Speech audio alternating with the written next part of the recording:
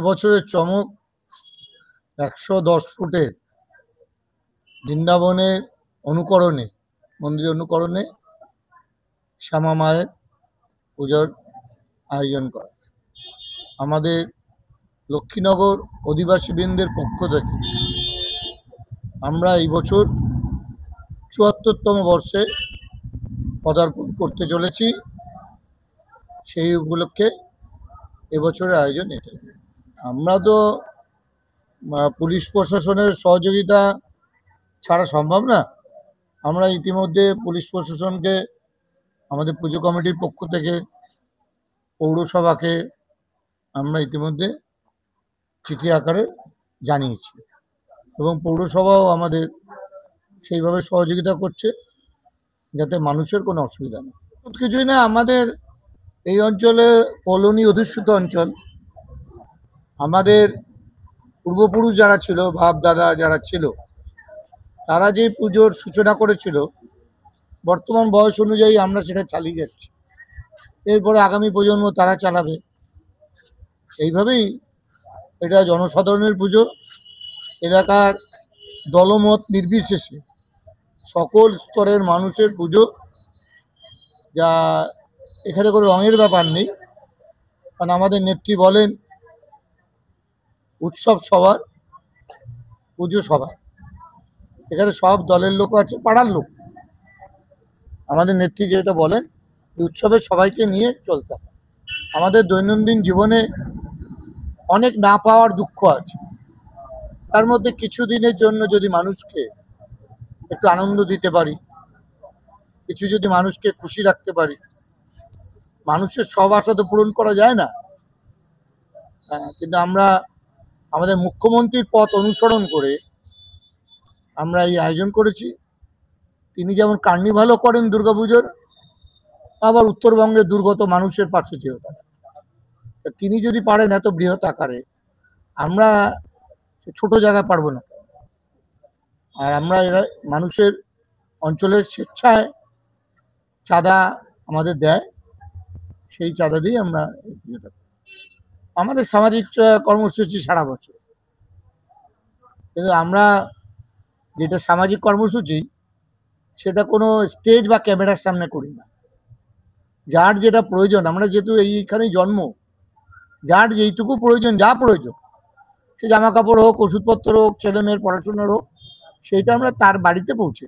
দুর্গাপুজো একটা সরকারের প্রত্যক্ষ একটা পরিকল্পনা থাকে। কালী পুজো তো সেভাবে হয়, প্রত্যক্ষ হয়। কালী পুজো মূলত বারাসাত খুব নাম করা কালী পুজো বরাবর হয়, দমদমেও হয়, নৈহাটিতে হয়। কিন্তু আমাদের দমদমের পুজোগুলো ছোট হয়ে আসছে, কমে যাচ্ছে। কারণ আজকাল সব পুজোতে, দুর্গাপুজো বা কালী পুজো, আর দুর্গাপুজোতে বেশি উৎসাহ থাকে এই কারণে, কারণ মুখ্যমন্ত্রী একটা সরকারি অনুদান দেন, সেই কারণে উৎসাহী বেশি। আর একই মাসের মধ্যে যেহেতু এবার সব পুজো পার্বণ, দুর্গাপুজো, লক্ষ্মী পুজো, কালী পুজো, ভাইফোঁটা, সেহেতু মানুষের পকেটের কথাটাও তো ভাবতে হবে। আর তার মধ্যে তো কোনো অনুদান নেই। এই কারণে আমরা যথাসাধ্য চেষ্টা করি, এবং আমাদের মানুষকে যা দেবার আমরা দুর্গাপুজোতেই দিয়ে দিয়েছি। আমার মনে হয় মায়ের আরাধনা, সে দেবী দুর্গাই হোক আর কালীমাই হোক, ভক্তিভরে আরাধনা করতে পারলেই হলো। আপনি ঘরে বসেও করতে পারেন, ঘরে তো থিমও নেই আর ওই সাবেকিও নেই।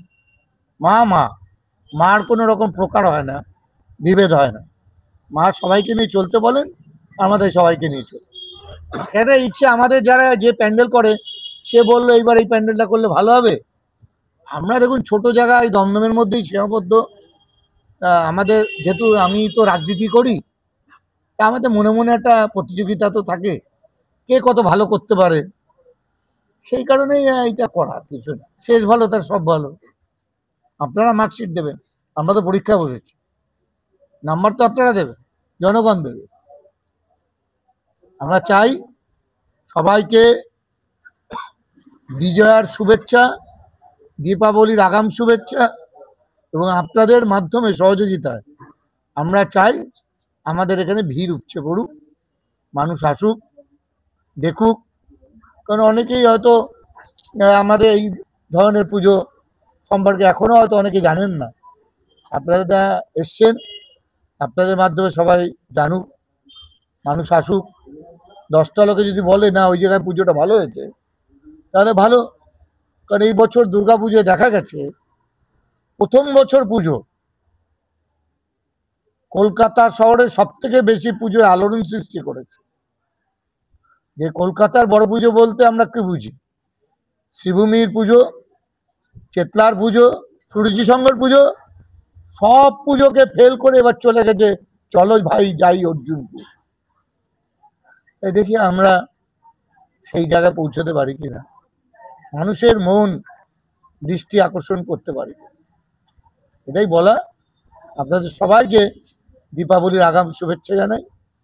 আপনাদের মাধ্যমে আমরা চাই সর্বস্তরে মানুষ, দলমত নির্বিশেষে, ধর্ম নির্বিশেষে, এখনকার রাজনীতি তো ধর্মীয়করণ হয়েছে, সেটা থেকে দূরে থেকে আমরা চাই সবাই এই পুজোয় অংশগ্রহণ করুক, এই আনন্দে সবাই অংশগ্রহণ করুক।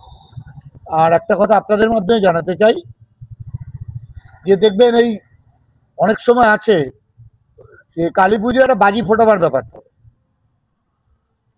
এই বাজি ফোটা যারা ফোটায় তারা কিন্তু সেই পাড়ার পুজো বা সেই পুজো তাদের সেই পার্টিসিপেশন সেইভাবে থাকে না। অতএব আপনাদের মাধ্যমে তাদের উদ্দেশ্যে বলছি, ওই ছাদে বাজি ফুটানো, ফানুস ছাড়া এইগুলো করলে কি হয়, অন্যের ক্ষতি হতে পারে। নিজের আনন্দ অপরের নিরানন্দের কারণ না হয়। সবাই যেন আনন্দে আমরা এই উৎসব পালন করতে পারি। সবাই ভালো থাকবেন। আপনাদের মাধ্যমে সবাইকে আবার শতকোটি প্রণাম জানাই, বিজয়ের শুভেচ্ছা জানাই, আগাম দীপাবলির শুভেচ্ছা জানাই। নমস্কার।